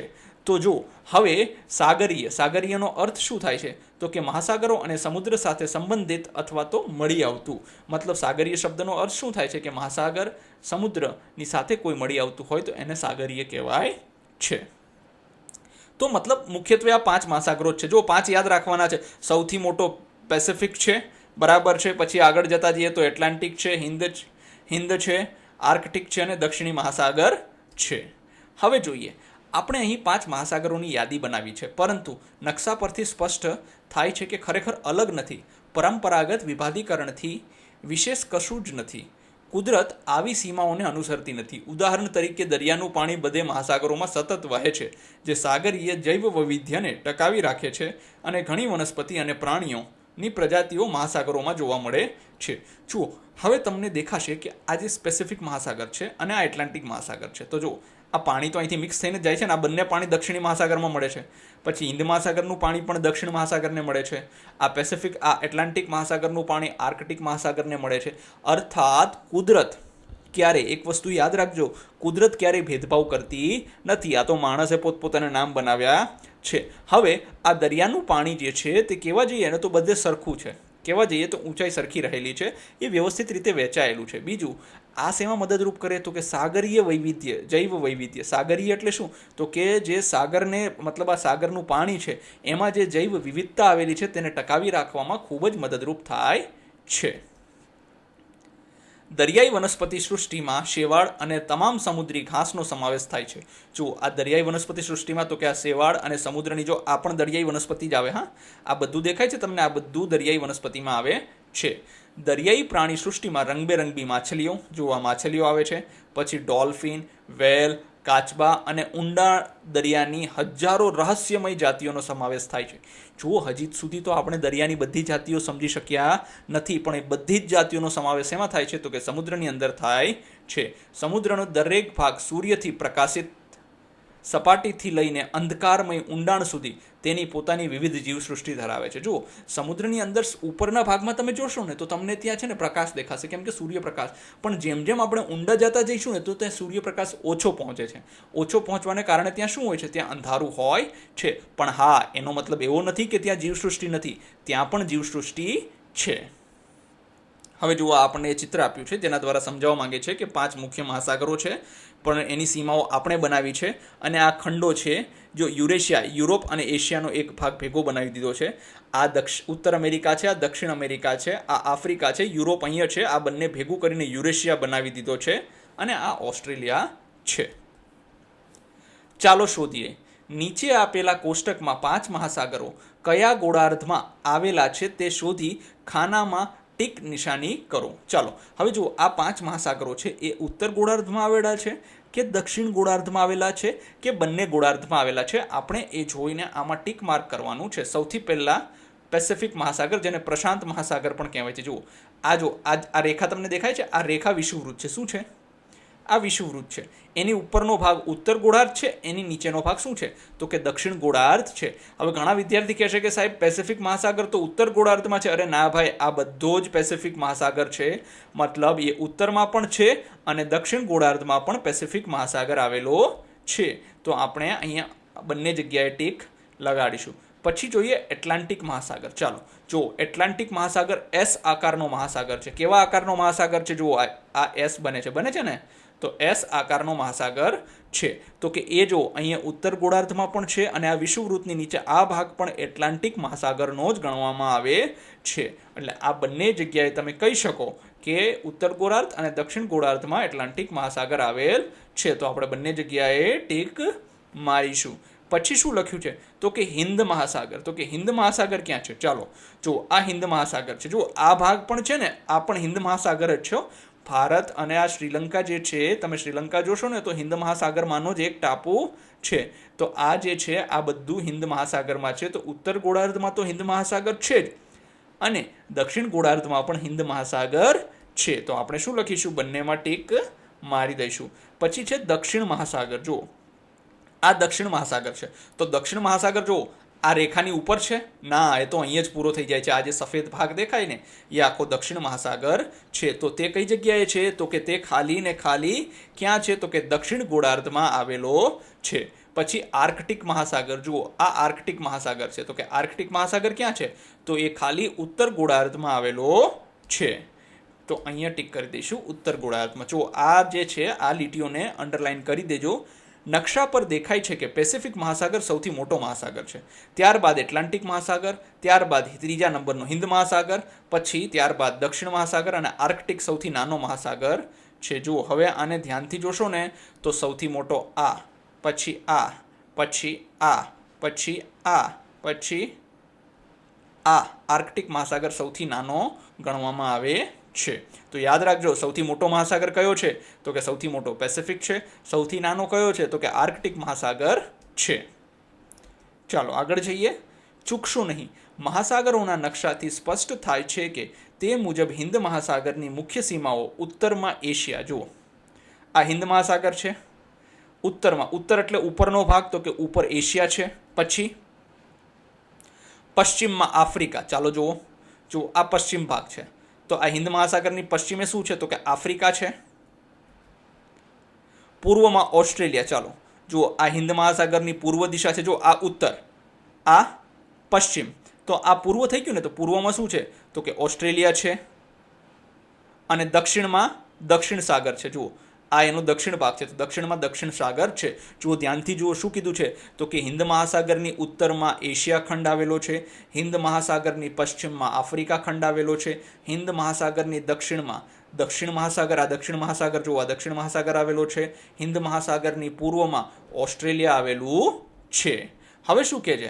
ભારતની બંને બાજુએ આપણને હિન્દ મહાસાગર બે ભાગમાં જોવા મળે છે. પશ્ચિમમાં અરબી સમુદ્ર અને પૂર્વમાં બંગાળનો ઉપસાગર. જુઓ, ભારતનો જે હિન્દ મહાસાગર છે ને, એ બંને બે ભાગમાં વહેંચાયેલો છે. બરાબર છે? ભારતની બંને બાજુ હિન્દ મહાસાગરના આપણને મુખ્યત્વે બે ભાગ જોવા મળે છે. કયા બે ભાગ છે? તો કે પશ્ચિમ બાજુ જો, આ પશ્ચિમ છે, અહીંયા શું છે? અરબી સમુદ્ર છે. આ આખો નીચે હિન્દ મહાસાગર છે. તો આ પણ હિન્દ મહાસાગરનો જ બંને ભાગ છે, પણ આ પશ્ચિમમાં એને અરબી સમુદ્ર કહીએ છીએ અને બીજું અહીંયા જમણી બાજુ જે છે પૂર્વમાં, તેને આપણે બંગાળનો ઉપસાગર કહીએ છીએ. અને આ બંને જ તમે જોશો તો કોનો ભાગ છે? આ બંને જ તમે જોશો તો હિન્દ મહાસાગરનો ભાગ છે. પણ સાથે ભારતમાં બે મોટા ટાપુઓ, જો આ જો લક્ષદ્વીપ જે ટાપુ સમૂહ છે અને આંદમાન અને નિકોબાર ટાપુ સમૂહ અહીંયા આપવામાં આવેલો છે. આ ભારતના બહુ મોટા કે ને ટાપુ સમૂહો છે. આને આપણે આગળ ભણીશું. મહાસાગરો અને આપત્તિઓ. આ પ્રકરણની શરૂઆતમાં આપેલું પૃથ્વીનું ચિત્ર જોઈએ તો તમને પૃથ્વી પર સફેદ આકારો જોવા મળ્યા હશે. શું તમે અનુમાન લગાવ્યું છે કે એ શું છે? જુઓ, આ સફેદ આકારો દેખાય છે આ બધા. જો આ તો ચલો ખેર બરફ છે, પણ આ જે સફેદ છે એ બધું બરફ નથી. આ શું છે ખબર છે? તો કે તે વાદળોના વિશાળ સમૂહ છે. શેના? વાદળના વિશાળ સમૂહ છે. આવા વાદળો ખંડોમાં વરસાદ લાવે છે. જેમ કે ભારતમાં ચોમાસા દરમિયાન થતો વરસાદ મહાસાગરોમાંથી ઉદ્ભવે છે. જો ચોમાસા દરમિયાન ભારતમાં જે પણ વરસાદ થાય છે ને એ મહાસાગરોમાંથી વાદળો પાણી ભરીને આવે છે અને આપણા ભૂમિ પ્રદેશો ઉપર વરસાદ લાવે છે. જો વરસાદ ન આવે તો આપણી ખેતી અને સમગ્ર જીવન અસ્તવ્યસ્ત થઈ શકે છે. જો વિદ્યાર્થી મિત્રો, આપણને બધાને ખબર છે કે ચોમાસું આપણા માટે કેટલું મહત્વ છે, કેટલું મહત્વનું છે. જો વરસાદ ન આવે તો આપણું જીવન અસ્તવ્યસ્ત થઈ ગયા, એના વગર આપણા જીવન આગળ વધી શકે નહીં. પછી તો કે મહાસાગરમાંથી ઘણીવાર વાવાઝોડાઓ ઉત્પન્ન થતા હોય છે. કેટલીક વાર આ વાવાઝોડા અથવા ખૂબ ઝડપી ફૂંકાતા પવનો ચક્રવાત બની વિશ્વના દરિયાકાંઠાના દેશોને વ્યાપક નુકસાન પહોંચાડી શકે છે. જો વિદ્યાર્થી મિત્રો, આ જે વાવાઝોડા છે ને તે ઘણી વખત બહુ મોટું નુકસાન પહોંચાડે. કઈ રીતે મોટું નુકસાન પહોંચાડે? તો કે ઘણી વખત એ શું કરે, જેમ કે આ દરિયામાંથી અહીંયા વાવાઝોડું ઉદ્ભવ્યું, ધીરે ધીરે જો આ જમીન ઉપર જઈને ત્રાટકશે તો જમીનમાં ત્યાં ખૂબ જ મોટું જાનમાલનું નુકસાન કરતું હોય છે. સુનામી. જુઓ, આને ઘણા વિદ્યાર્થી મિત્રો તત્સુનામી વાંચશે. આ તત્સુનામી નથી વાંચવાનું, આને આપણે સુનામી જ વાંચીશું. સુનામી એ બીજી કુદરતી આપત્તિ છે જે મહાસાગરમાંથી ઉદ્ભવે છે. તે એક વિશાળ અને શક્તિશાળી સમુદ્રી મોજા છે જે સામાન્ય રીતે સમુદ્રના તળિયે તીવ્ર ભૂકંપ અથવા જ્વાળામુખીના વિસ્ફોટના કારણે થાય છે. સુનામી હજારો કિલોમીટરનું અંતર કાપી દરિયાકાંઠાના વિસ્તારોને ડૂબાડી દે છે અને જેના કારણે વ્યાપક નુકસાન થાય છે. જુઓ, ખાસ યાદ રાખો વિદ્યાર્થી મિત્રો, સુનામી એવો શબ્દ છે કે જે લગભગ કહેવાય ને 2004 આસપાસ અસ્તિત્વમાં આવેલો. તે પહેલાં તો કોઈ એનું નામકરણ કરેલું નહીં. આ એક જાપાની શબ્દ છે. હવે સુનામી એટલે શું? તો કે એ શક્તિશાળી અને વિશાળ સમુદ્રના મોજા હોય છે. તો કે એ શું કામ ઉદ્ભવે છે? જો સમુદ્રના મોજા તો આપણે બધાએ જોયા જ છે. ઘણી વખત આપણે એવા પણ સમાચાર સાંભળ્યા હોય કે સોમનાથનો દરિયો ગાંડો થયો છે, બરાબર છે, કેમ દ્વારકાનો દરિયો ગાંડો થયો છે, મતલબ ત્યાં વિશાળ મોજા ઉછળે છે. આવું વરસાદની ઋતુઓમાં જોવા મળતું હોય છે. પણ એ વાત નથી. અહીંયા શું કહે છે કે જો પાણીની અંદર દરિયામાં વચ્ચે ક્યાંય તીવ્ર ભૂકંપ આવ્યો હોય અથવા તો જ્વાળામુખીનો વિસ્ફોટ થયો હોય તો તેના કારણે ઊંચા મોજાઓ જે ઉછળે છે એ મોજાઓ હજારો કિલોમીટરનું અંતર કાપીને દરિયાકાંઠાના વિસ્તારને ડૂબાડી દે છે અને એના કારણે વ્યાપક નુકસાન થાય છે. ચૂકશો નહીં. 26 ડિસેમ્બર 2004ના રોજ ભારત અને હિન્દ મહાસાગરની આસપાસ અન્ય 13 દેશો પર શક્તિશાળી સુનામી મોજા ત્રાટક્યા હતા. ઇન્ડોનેશિયામાં આવેલા ભૂકંપને કારણે સુનામી આવી હતી. 2 લાખથી વધુ લોકોએ પોતાનો જીવ ગુમાવ્યો હતો. જુઓ, આ તમને દેખાય છે? હવે ઇન્ડોનેશિયા આ બાજુ આવેલું છે, બરાબર છે. હવે એમ કહેવાય છે કે ઇન્ડોનેશિયામાં જે ભૂકંપ આવ્યો ને એના લીધે મોજા ઉછળ્યા. અને એ મોજાઓ ક્યાં આવ્યા? તો કે જો આ દરિયાઈ જેટલો ઇલાકો છે ને, આ દરિયાઈ ઇલાકો અને આંદામાન નિકોબાર જે આ સમૂહ છે ને, દ્વીપ સમૂહ, એ બંને જગ્યાએ એ મોજા આવેલા હતા. તમે ટાપુઓમાં પેટા વિભાગમાં જુઓ, તામિલનાડુ અને કેરળના દરિયા કિનારાઓને ગંભીર રીતે અસરગ્રસ્ત થયા હતા. ત્યાં ઘણું નુકસાન થયું અને ઘણી જાનહાનિ વેઠવી પડી હતી. જો આ તામિલનાડુ છે આપણો, આ કેરળ છે. આ બંને દરિયાકાંઠા પર બહુ મોટા પાયે નુકસાન થયું હતું અને ઘણી જાનમાલની હાનિ આપણે વેઠવી પડી હતી. કારણ કે મોજા જે છે તે બહુ ઊંચા હોય છે, બહુ વિશાળ હોય છે, બધું ડૂબાડી દે છે. પછી આ પ્રકારની સુનામી ભાગ્યે જ જોવા મળે છે, પરંતુ ખૂબ જ વિનાશક હોય છે. સદનસીબે તે દરિયાકાંઠે ત્રાટકે તે પહેલાં જ તે અંગે જાણી શકાય છે. ઘણા દેશો આવી પૂર્વ ચેતવણી પ્રણાલીઓમાં સહયોગ કરે છે. ખાસ કરીને હિન્દ મહાસાગરમાં સુનામી ચેતવણી પ્રણાલી છે જેમાં ભારત સહિત ઘણા દેશોનું યોગદાન છે. આ જાનમાલના રક્ષણ માટેના પગલાં લેવામાં મદદરૂપ થાય છે. જુઓ, હવે વિદ્યાર્થી મિત્રો, આપણને જો પહેલાં અંદાજો લાગી જાય કે પહેલાં એવી ખબર પડી જાય કે સુનામીની મોટી લહેરો આવવાની છે, તો શું આપણે આપણી જાનમાલની નુકસાની ઓછી કરી શકીએ? હા, 100% ઓછી કરી શકીએ. તો એના માટે શું છે? તો કે પૂર્વ ચેતવણી પ્રણાલીનો ઉપયોગ કરવામાં આવે છે. મતલબ એ દુર્ઘટના થાય એ પહેલાં આપણને ચેતવણી આપે છે કે ભાઈ આવું થવાનું છે, તમે આ જગ્યા ખાલી કરી દેજો. તો કે હિન્દ મહાસાગરની અંદર ભારત અને બીજા ઘણા દેશોના સહયોગથી આવી પ્રણાલી અસ્તિત્વમાં છે. જાનમાલના નુકસાન તરફ દોરી જતી ઘટનાઓને આપત્તિ વ્યવસ્થાપન હેઠળ નિયંત્રિત કરવામાં આવે છે. જુઓ, હવે જાનમાલનું નુકસાન થતું હોય, બરાબર છે, તો એનું ધ્યાન કોણ રાખે છે? આવી ઘટનાઓ માટે આપણને મદદ થવા માટે આપત્તિ વ્યવસ્થાપન કરીને જે છે નેશનલ ડિઝાસ્ટર મેનેજમેન્ટ ઓથોરિટી, બરાબર છે, NDMA કરીને એક છે, એ આપણને શું કરે છે? તો કે આવી આપત્તિઓ આવે એ સમયે આપણા જીવનને વ્યવસ્થિત કહેવાય ને એનો સામનો કરવા માટે આપણી પાસે એક ફોર્સ છે, નેશનલ ડિઝાસ્ટર મેનેજમેન્ટ ઓથોરિટી. એ આપણને શું કરે છે કે આપણને મદદરૂપ થાય છે તાત્કાલિક સરળ, મતલબ એક જગ્યાએથી બીજી જગ્યાએ NDRF કરીને પણ એક હોય છે, નેશનલ ડિઝાસ્ટર રિલીફ ફોર્સ એ પણ આપણને એક જગ્યાએથી બીજી જગ્યાએ લઈ જવામાં મદદરૂપ થાય છે, જેથી કરીને ઓછામાં ઓછું જાનમાલનું નુકસાન થાય. ખંડ ખંડ મહાસાગરોના નકશા પર દ્રશ્યમાન થાય છે. જુઓ આ બધા ખંડ છે, 1 2 3 4 5, આમાં તો 5 જ દેખાણા છે, આ 6 બરાબર છે. અને અહીંયા યુરોપ આવે છે, 7 થઈ જાય છે. કારણ કે જો તમે કેટલા ગણતરી કરી શકો છો, જવાબ એટલો સરળ નથી, કારણ કે તેમને ઘણી રીતે જુઓ, ખંડ જે છે તે એની કોઈ એક પદ્ધતિ નથી કે આ એક પદ્ધતિથી જ આપણે ખંડ ગણી શકીએ, ના એવું નથી. એની ઘણી બધી પદ્ધતિ છે, ઘણી બધી રીતે એની પસંદગી કરવામાં આવે છે. આપણે 4 થી 7 વચ્ચેના ગમે તેટલા ખંડોની યાદી બનાવી શકીએ, મતલબ ઓછામાં ઓછા 4 અને વધુમાં વધુ 7, એ રીતે એની યાદી બનતી હોય છે. જુઓ, પણ આપણે 7 વાળી યાદી રાખવાની છે, આ કહેવાય ને 4 વાળી યાદ રાખવાની નથી. ચાલો જોઈએ.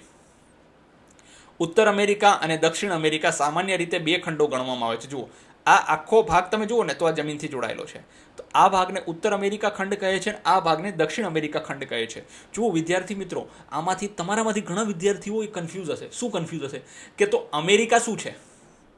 એ તો દેશ છે, અને દેશ અને ખંડમાં શું ફેર છે? જુઓ, અમેરિકા જે દેશ છે તે ઉત્તર અમેરિકા ખંડનો એક ભાગ છે. જો આ આખા ખંડ જે છે ને, આ આખો ખંડને અમેરિકા ખંડ કહેવાય છે. આ ઉપરના ભાગે આવેલો છે એટલે ઉત્તર અમેરિકા ખંડ, આ નીચેના ભાગે આવેલો છે એટલે દક્ષિણ અમેરિકા ખંડ કહેવાય છે. હવે અમેરિકા જે છે તે કયા ખંડમાં આવેલું છે? તો કે ઉત્તર અમેરિકા ખંડમાં આવેલું છે. પરંતુ જો એક જ ભૂમિભાગ તરીકે જોવામાં આવે તો તેને એક તરીકે ગણી શકીએ. જુઓ, ઘણા વિદ્વાનો એવું કહેતા હોય છે કે આ બંને એક જ છે ને, અને આખું અમેરિકા ખંડ કેમ નામ નથી આપી દેતા? પણ જો ખાલી અમેરિકા ખંડ નામ આપી દેવામાં આવે તો આ ખૂબ જ વિશાળ થઈ જાય એમ છે. એનું કે ને કે આપણે એનું વ્યવસ્થિત રીતે મેનેજમેન્ટ ન કરી શકીએ, એટલે એના 2 ભાગ કરી દેવામાં આવ્યા છે સરળતા માટે, ઉત્તર અમેરિકા અને દક્ષિણ અમેરિકા. પછી યુરોપ અને એશિયા સામાન્ય રીતે 2 ખંડો તરીકે ગણવામાં આવે છે. જુઓ, આ યુરેશિયા એટલે આ યુરોપ અને આ એશિયા બે ભેગું કરીએ તો શું થઈ જાય? યુરેશિયા બની જાય છે. પણ સામાન્ય રીતે છે ને 2 ખંડો તરીકે એને ગણવામાં આવે છે. યુરોપને અલગ ગણવામાં આવે છે અને એશિયાને અલગ ગણવામાં આવે છે. જો કે તે નકશા પર સ્પષ્ટપણે જોઈ શકાય છે કે તેઓ એક જ ભૂમિભાગ છે. જુઓ, હવે આ યુરોપ છે, આ એશિયા છે આખો. તો જો નકશા પર તો આખું એક જ દેખાય છે ને, તે એક હોવાના લીધે પણ તેનું ઐતિહાસિક અને સાંસ્કૃતિક દ્રષ્ટિએ યુરોપ ભિન્ન રીતે વિકસિત થયું છે. તેથી આને 2 ખંડો તરીકે જોઈ શકાય છે. જો કે ભૂસ્તર શાસ્ત્રીઓ સામાન્ય રીતે તેમને એક જ ખંડ માને છે, જેને યુરેશિયા કહેવામાં આવે છે. જો ભૂસ્તર શાસ્ત્રીઓ છે ને, એ આને એક જ ખંડ માને છે, કેમ કે એક જ જમીનનો ભાગ છે. ભૂસ્તર શાસ્ત્રીઓ એટલે જમીનનો જે અભ્યાસ કરતા વૈજ્ઞાનિકો હોય ને, તેને ભૂસ્તર શાસ્ત્રીઓ કહેવાય. એ આને શું માને છે? તો કે એક જ ખંડ માને છે, ને એ ખંડનું નામ છે યુરેશિયા. પણ સાંસ્કૃતિક અને ઐતિહાસિક દ્રષ્ટિએ જોવા જાઓ તો એશિયા અને યુરોપ ઘણું જ અલગ છે, ઘણું જ ભિન્ન છે. આફ્રિકા અને યુરેશિયા એ સામાન્ય રીતે 2 ખંડો ગણવામાં આવે છે, અને કેટલીક વાર એક પણ ગણવામાં આવે. જો હવે આ આફ્રિકા છે અને આ યુરેશિયા છે. ઘણીવાર 2 ગણે, ઘણીવાર 1. મતલબ જો જમીનથી તો અહીંયા પણ જોડાયેલું છે, દેખાય છે, આ જમીનથી જોડાયેલું છે. જો આટલો ભાગ આપણે જમીનથી જોડાયેલા અને આખું અમેરિકા કહેતા હોય તો આ પણ શું કહેવાય? તો કે યુરેશિયા, આફ્રિકાને મતલબ યુરોપ, એશિયા અને આફ્રિકા, આ તો ત્રણેય એક જ છે. તો કેટલીક વાર આને 1 ગણવામાં આવે છે. પણ હવે તમે કન્ફ્યુઝનમાં રહેતા નહીં. જુઓ, 4 ખંડો ક્યાં ક્યાં હતા? તો કે જુઓ, જોઈ લઈએ. આફ્રિકા અને યુરેશિયા. જુઓ, આફ્રિકા અને યુરેશિયા એક ખંડ. બીજું અમેરિકા, આ આખો એક અમેરિકા બીજો ખંડ. ત્રીજું છે એન્ટાર્કટિકા, આ એન્ટાર્કટિકા ત્રીજો ના ચોથો. જો ધ્યાન, આ 1, આ 2, આ 3 અને 4, આ 4 ખંડો છે. હવે જોઈએ 5નો ભાગ. તો કે આફ્રિકા, અમેરિકા, એન્ટાર્કટિકા, ઓસ્ટ્રેલિયા અને યુરેશિયા. જુઓ, આફ્રિકા, યુરેશિયા, આ અમેરિકા, એન્ટાર્કટિકા અને ઓસ્ટ્રેલિયા થઈ ગયા 5. 1 2 આખો 3, આ 4 અને 5. પછી 6 ખંડો કઈ રીતે થાય છે? તો કે આફ્રિકા, એન્ટાર્કટિકા, ઓસ્ટ્રેલિયા, યુરેશિયા, ઉત્તર અમેરિકા અને દક્ષિણ અમેરિકા. જુઓ, હવે યુરેશિયાને એક જ ગણવામાં આવે છે, પણ હવે આ 1, આ 2, આ ઉત્તર અમેરિકા 3, આ 4, આ 5 અને 6, આ રીતે 6 ગણવામાં આવે છે. હવે આને યુરોપ નોખો કરી દઈએ તો 7 થઈ જશે. બરાબર છે? જો આ યુરોપ છે, આ એશિયા છે. 7 કઈ રીતે થાય? ગણજો. 1 એશિયા, 2 યુરોપ, 3 આફ્રિકા, 4 ઉત્તર અમેરિકા, 5 દક્ષિણ અમેરિકા, 6 એન્ટાર્કટિકા, 7 ઓસ્ટ્રેલિયા. આ રીતે 7 ખંડો થાય છે. સામાન્ય રીતે વ્યવહારમાં 7 ખંડોની છેલ્લી સૂચિ સૌથી વધુ વ્યાપકપણે અપનાવવામાં આવી છે અને તેનો ઉપયોગ કરવામાં આવે છે. મતલબ આ જ યાદ રાખવાનું છે આપણે, આ બધા નહીં યાદ રાખો તો ચાલશે. જો યાદ રહે તો બહુ સારી વસ્તુ કહેવાય. બાકી આ 7 ખંડો જ આપણે યાદ રાખવાના છે: Africa, Antarctica, Asia, Australia, Europe, ઉત્તર અમેરિકા અને દક્ષિણ અમેરિકા. આ રીતે યાદ રાખવાના છે. ચૂકશો નહીં. ઓલિમ્પિક રમતોત્સવમાં પ્રતીકોમાંના એક એવા 5 ઓલિમ્પિક રિંગ્સ તમે જોઈ હશે. તેઓ વિશ્વભરના વીરોના મેળાવડાનું પ્રતીક છે. આ 5 વલયો માનવ વસ્તી ધરાવતા ખંડો આફ્રિકા, ઓસ્ટ્રેલિયા, એશિયા, ઓસ્ટ્રેલિયા અને યુરોપનું પ્રતિનિધિત્વ કરવા માટે પસંદ કરવામાં આવ્યા છે. જુઓ વિદ્યાર્થી મિત્રો, તમને ખબર હોય તો ઓલિમ્પિક છે ને તે દર 4 વર્ષે યોજાય છે. અને ઓલિમ્પિક જ્યારે યોજાતી હશે ને ત્યારે આવી રીતે આ 5 રિંગ તમે જોઈ હશે. બરાબર છે. આને ઓલિમ્પિક રિંગ્સ તરીકે પણ ઓળખવામાં આવે છે. હવે આ શા માટે છે? તો કે આ 5 ખંડો દેખાડે છે. મતલબ પૃથ્વી પરના 5 વિભાગો કયા કયા છે? તો કે એક આફ્રિકા, બીજું અમેરિકા, ત્રીજું એશિયા, ચોથું ઓસ્ટ્રેલિયા અને પાંચમું યુરોપ દેખાડે છે. હવે ચાલો આપણે પાના નંબર 36 પરની આકૃતિ જોઈએ, જે 7 ખંડોની યાદી પર આધારિત છે. તે તેમના વાસ્તવિક આકાર દર્શાવતી નથી, પરંતુ સાપેક્ષ કદ દર્શાવે છે. જુઓ હવે આ આકૃતિ દેખાય છે. આ એશિયા છે, યુરોપ, ઉત્તર અમેરિકા, દક્ષિણ અમેરિકા, આફ્રિકા, ઓસ્ટ્રેલિયા અને એન્ટાર્કટિકા. આ રીતે 7 ખંડો આપણા આવેલા છે. બરાબર છે. જો કે આ એની ઓરિજિનલ આકૃતિ નથી, પણ હા એનો આકાર જે છે તે લગભગ બરાબર છે. ચાલો પ્રશ્નના જવાબ જોઈએ. ચાલો શોધીએ. ચોરસની સંખ્યા ગણી સૌથી મોટો ખંડ અને સૌથી નાના ખંડનું નામ આપો. જુઓ હવે ચોરસ જેના વધારે એ ખંડ મોટો. તો સૌથી વધુ ચોરસ શેમાં છે? તો કે એશિયામાં છે. કેટલા છે? 44. તો સૌથી મોટો ખંડ કયો થયો? એશિયા. પછી ઓસ્ટ્રેલિયામાં કેટલા છે? તો કે 8 છે. તો સૌથી નાનો ખંડ કયો થયો? ઓસ્ટ્રેલિયા. ચાલો લખી દઈએ. આપેલી આકૃતિમાં ચોરસ ગણતા સૌથી મોટો ખંડ એશિયા આશરે 44 ચોરસ છે. સૌથી નાનો ખંડ ઓસ્ટ્રેલિયા આશરે 8 ચોરસ છે. આશરે શબ્દને કાઢી નાખજો. પછી આપેલી યાદીમાં કયો ખંડ મોટો છે? ઉત્તર અમેરિકા કે દક્ષિણ અમેરિકા? ચાલો જુઓ. આ ઉત્તર અમેરિકા છે અને દક્ષિણ અમેરિકા. તો આમાં 17 છે ને આમાં 18 છે. તો કયો મોટો થયો? તો કે દક્ષિણ અમેરિકા મોટો થયો. ચાલો થઈ ગયું, દક્ષિણ અમેરિકા થઈ ગયું. પછી બીજું શું કીધું છે? તો કે આફ્રિકા અને ઉત્તર અમેરિકા. જુઓ આ આફ્રિકા છે ને ઉત્તર અમેરિકા. તો આફ્રિકા મોટો છે. પછી છેલ્લું એન્ટાર્કટિકા અને ઓસ્ટ્રેલિયા. તો કે ઓસ્ટ્રેલિયા નાનો છે અને એન્ટાર્કટિકા 13 છે તો મોટો છે. આ રીતે આપણે આના જવાબ લખીશું. ઉત્તર અમેરિકામાં 17 ચોરસ છે, દક્ષિણ અમેરિકામાં 18. તો દક્ષિણ અમેરિકા મોટો ખંડ થયો. આફ્રિકામાં 30 છે, ઉત્તર અમેરિકામાં 18 છે. તો આફ્રિકા મોટો ખંડ થયો.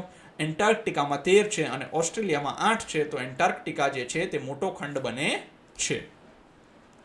યુરોપ અને એશિયા ખંડ માટે એક જ રંગમાં આકૃતિ પૂરો અને તેને યુરેશિયા ખંડ એવું નામ આપ્યા બાદ તેની સરખામણી દક્ષિણ અમેરિકાના ખંડના ખંડ સાથે કરો.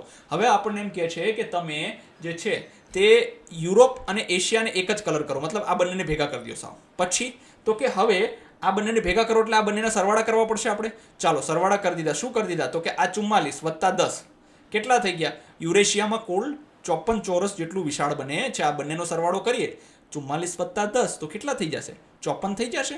પછી શું કીધું છે? હવે સરખામણી કરવાની. કોની સાથે? તો કે દક્ષિણ અમેરિકા. દક્ષિણ અમેરિકા કેટલા છે?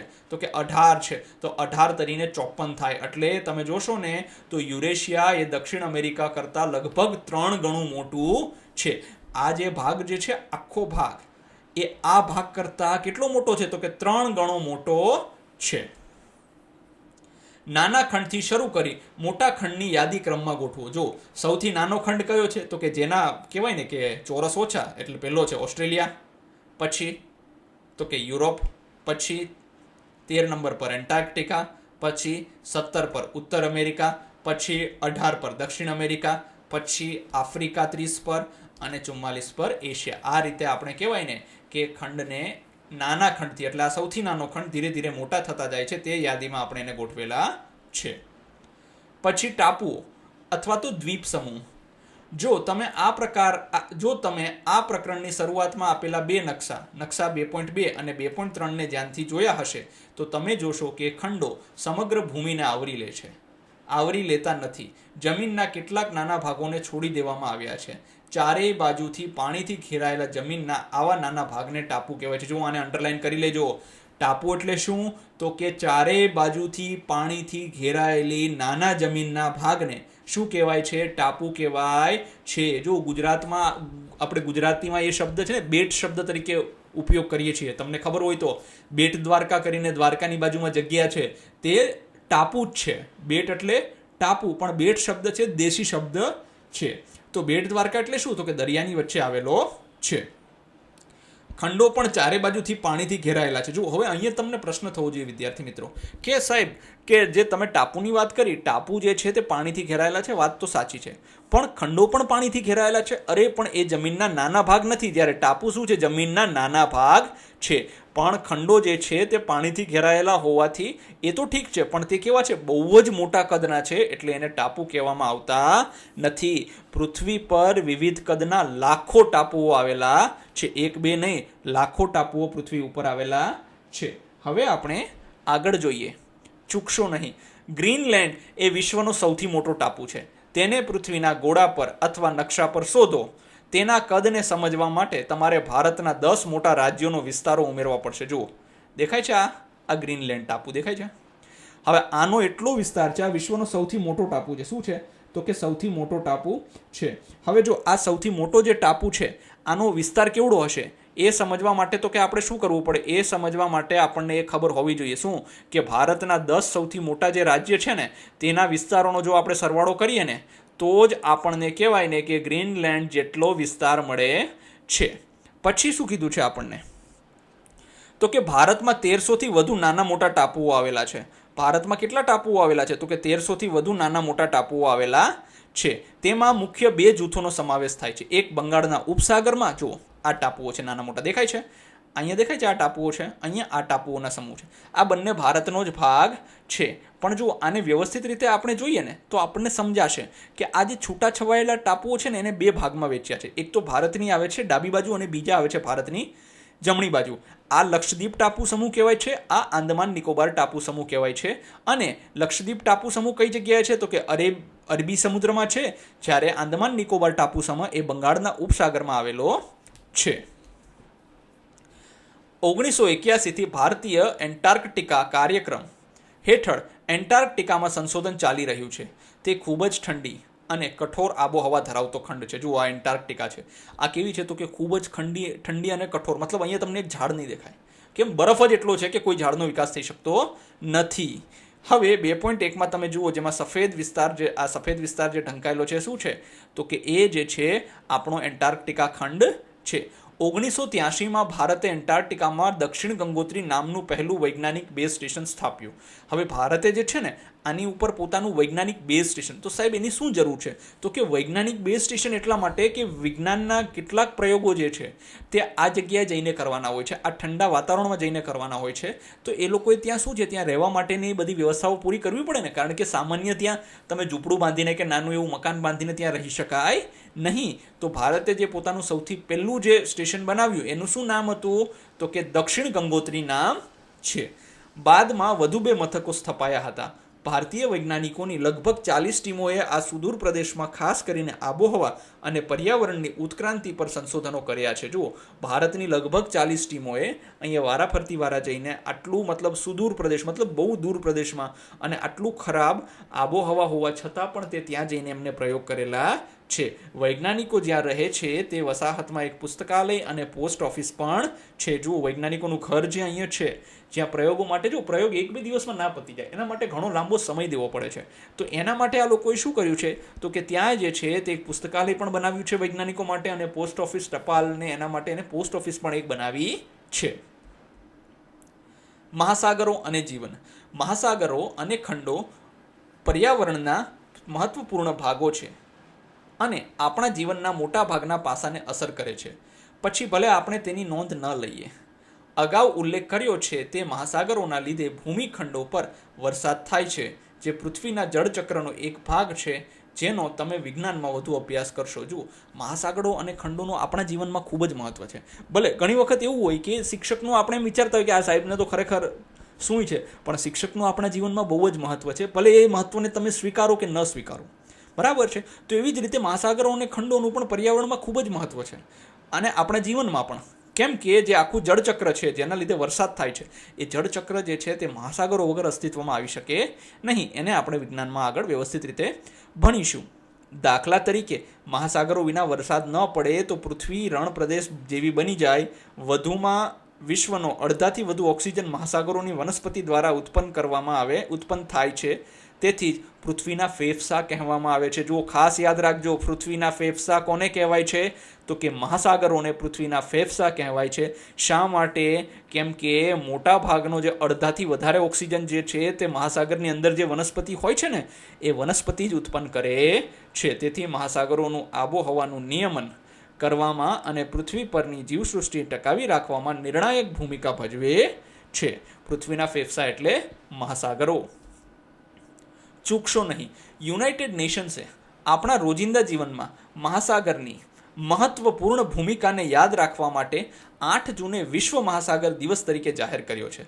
કારણ કે મહાસાગરો ખોરાક અને ઔષધિઓના મુખ્ય સ્ત્રોત અને આપણા ગ્રહ પરના જૈવમંડળનો એક મહત્વપૂર્ણ ભાગ છે. જુઓ, 8 જૂનના દિવસે આપણે વિશ્વ મહાસાગર દિવસ તરીકે ઓળખીએ છીએ. શા માટે? તો કે યુનાઇટેડ નેશન્સે એનું મહત્વ સમજાવવા માટે આ દિવસને ઉજવવાનો જાહેર કર્યો છે. કેમ? તો કે આપણને ખબર હોવી જોઈએ કે મહાસાગરો જે છે તે ખોરાક અને ઔષધિઓનું મુખ્ય સ્ત્રોત છે અને આપણા ગ્રહ ઉપર જેટલા પણ જીવો છે તે એમાં એક મહત્વપૂર્ણ એના જીવનમાં મહાસાગરોનો ભાગ છે. બીજું, આ મહાસાગરો તે પૃથ્વીના ફેફસા તરીકે કાર્ય કરે છે. વૈજ્ઞાનિક અભ્યાસો દર્શાવે છે કે વધતી જતી માનવ દરિયાઈ પ્રવૃત્તિઓ મહાસાગરોને પ્રદૂષિત કર્યા છે. જુઓ, માણસ જ્યાં જાય ને ત્યાં પ્રદૂષણ કરીને આવે છે. એમ કે છે કે વૈજ્ઞાનિકોએ એવો અભ્યાસો દર્શાવે છે કે માણસ જ્યાં કૂદકો મારે ત્યાં શું કરે છે? મહાસાગરોને પ્રદૂષિત કરી દીધા છે. આપણે દર વર્ષે લાખો ટન પ્લાસ્ટિક કચરો સમુદ્રમાં ફેંકીએ છીએ જે દરિયાઈ પ્રાણીઓના જીવનને જોખમમાં મૂકે છે. દોરડા, આ તે જે આવે બધું દરિયામાં નાખી દેવાનું. તો આ શું કરે છે? તો કે આ દરિયાઈ પ્રાણીઓના જીવનને શેમાં મૂકે છે? જોખમમાં મૂકે છે. પ્રદૂષણના અન્ય ઘણા સ્વરૂપો પણ છે. પરિણામે દરિયાઈ પર્યાવરણ જોખમમાં છે. દરિયામાં વધુ પડતી માછીમારી એ પણ દરિયાઈ જીવનના ઘટાડાનું બીજું કારણ છે. પૃથ્વી અને માનવતાના ભવિષ્ય માટે મહાસાગરોને બચાવવા પ્રયાસ